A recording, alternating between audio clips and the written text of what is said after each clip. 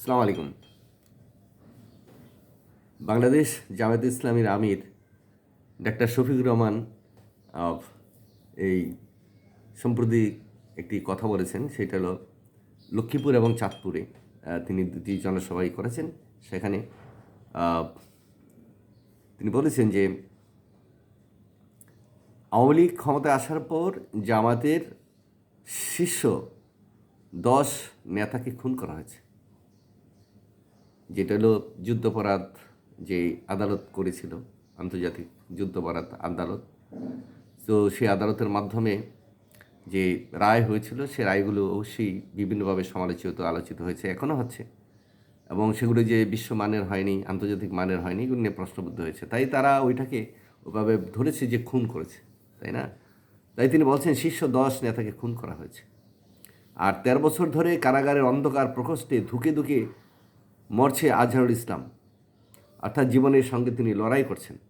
হ্যাঁ, মৌলানা আজহারুল ইসলাম সাহেব তো অনেক দিন যাবত, 13 বছর। তাই তিনি ক্ষোভ করে বলছেন, ক্ষোভের সাথে বলছেন, তাকে ভিতরে রেখে আমি আর বাইরে থাকতে চাই না।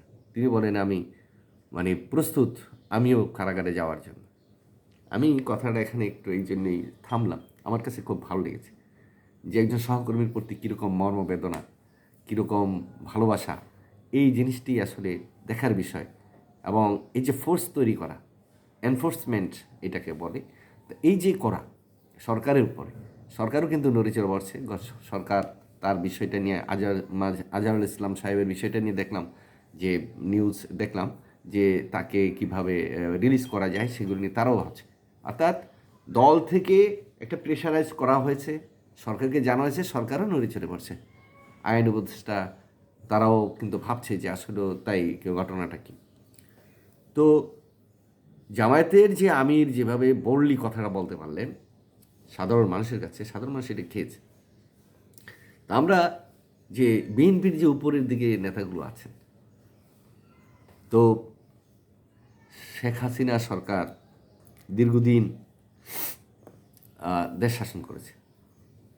বিভিন্নভাবে তিনি নির্বাচনকে উপেক্ষা করে, তারপরে নির্বাচনকে নির্বাসনে দিয়ে, রং চং লাগিয়ে, রাতের ভোট দিনের ভোট রাতে করে, তারপর আমি ডামি ইত্যাদি আপনারা সবই জানেন।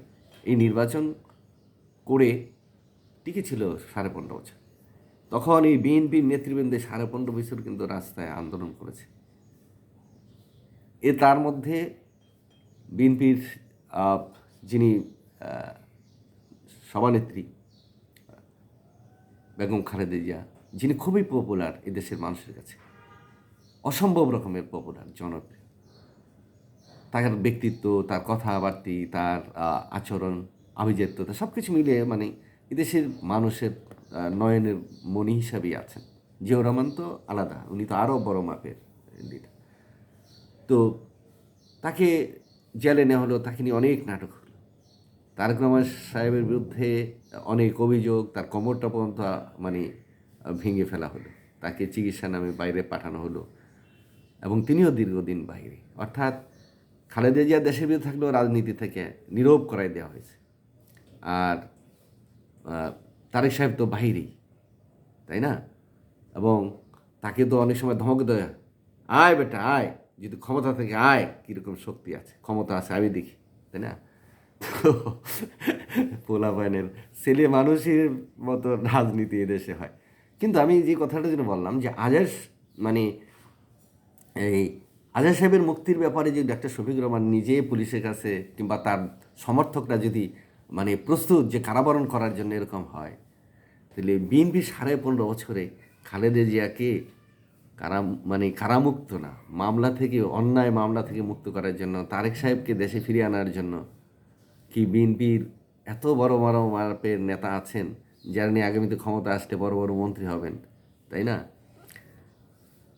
এবং সেই সমস্ত নেতৃবৃন্দ, তারা তো বিগত 15 বছরে কখনোই এই কথা বলেননি সম্মিলিতভাবে যে আমরা সব নেতৃবৃন্দ এবং দলের মানে যে সমস্ত কর্মী বাহিনী আছে, আমরা কোটি কোটি কর্মী বাহিনী আমরা আত্মসমর্পণ করে রাস্তা বসে যাবো, এরকম তো কেউ বলেননি।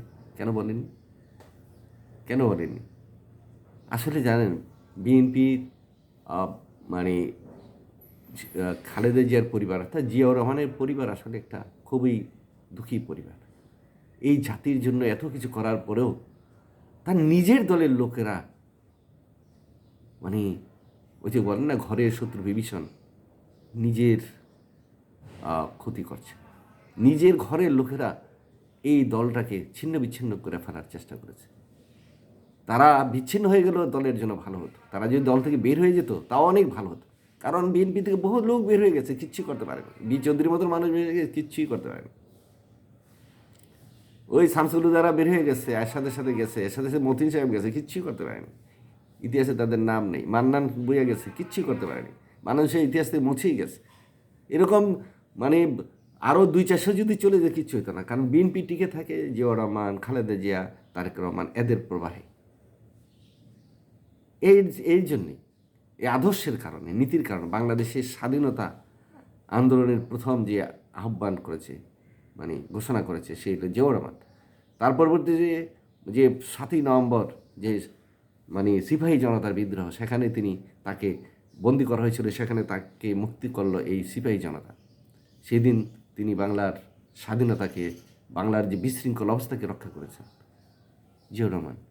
জিয়াউর রহমানকে বিশ্লেষণ করতে অনেক, খালেদা জিয়া এবং জিয়াউর রহমান গণতন্ত্র যে বাকশাল ছিল, সেই বাকশালকে বাদ দিয়ে তখন গণতান্ত্রিক শাসন ব্যবস্থার দিকে ধাবিত হলেন এবং মানে আওয়ামী লীগকে রাজনীতি করার সুযোগ দিলেন তিনি।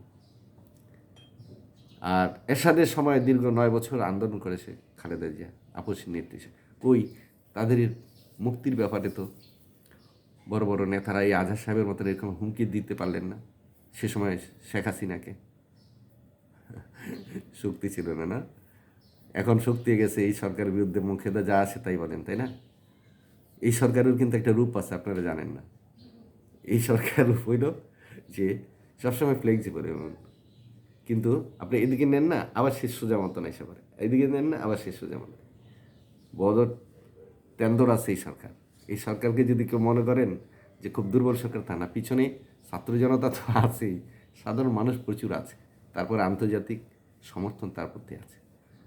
কারণ এরা কিন্তু আমাদের বাংলাদেশের ভিতরে খেলোয়াড় না। বিশেষ করে এই কী বলে, এই ডক্টর মোহাম্মদ ইউনুস ইন্টারন্যাশনাল খেলোয়াড়। দেখেন না, যে কথা প্রসঙ্গে ট্রাম্প সাহেব তো ডাইরেক্ট কিছু বলতে পারেন না। বাংলাদেশে ইলেকশনের জন্য কারা 29 মানে মিলিয়ন ডলার আনছে, ভারত 21 মিলিয়ন ডলার আনছে, এগুলি নিয়ে কথা বলছে। এগুলির মিনিং আছে, কিন্তু পরে জানতে পারবেন। এগুলির মিনিং আছে, পরে জানতে পারবেন। এবং সবচেয়ে মজার হল ট্রাম্প সাহেব এও বলছেন যে এই টাকাগুলো কমিউনিস্টদেরকে ভোট দেওয়ার জন্য এই টাকাগুলো আছে। খুব ইন্টারেস্টিং, গতকাল এটা বলছে। এর আগে বলছে যে একটি মানে ছোট্ট একটা গ্রুপ 2 জনে চালায়, তারা এই টাকাটা নিচ্ছে এবং চেকও পেয়ে গেছে। তো যাই হোক, যে কথাটা বলছিলাম যে এই সরকারকে আপনারা খুব ঝাঁকি মারছেন, তাই না? কিন্তু শেখ হাসিনা কিচ্ছু করতে পারেননি।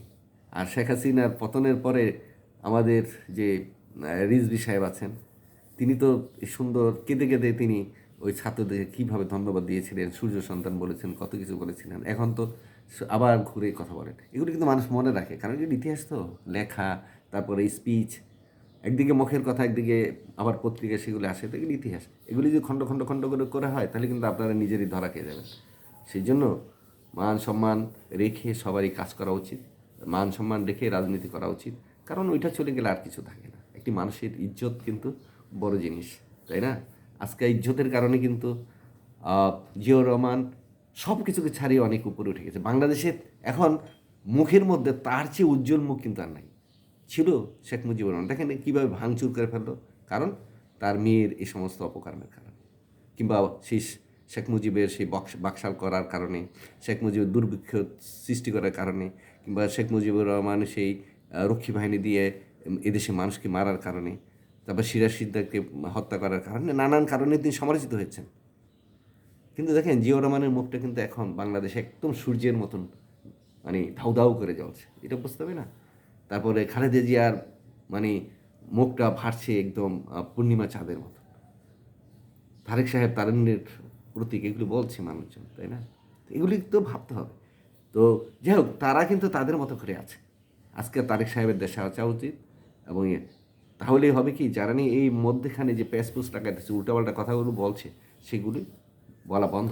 অথবা তারেক সাহেবকে এখন বলতে হবে যে না, আপনাদের আর কারো কথা নেই, কথা যা বলার আমি বলছি, কিংবা অন্য কাউকে বিরিপ করে দিতে হবে যে এর বাইরে কথা বলা যাবে না, এই বিষয়গুলো নিয়ে কথা বলতে হবে। এটা তারেক সাহেবকে নির্ধারণ করে দিতে হবে। নতুবা কিন্তু মানে একটু সমস্যার সৃষ্টি হচ্ছে। সাধারণ মানুষের মধ্যে ভুল ত্রুটি, ভুল কিন্তু মেসেজ যাচ্ছে, ভুল মেসেজটা যাওয়াটা ভালো না। ধন্যবাদ, সবাই ভালো থাকবেন।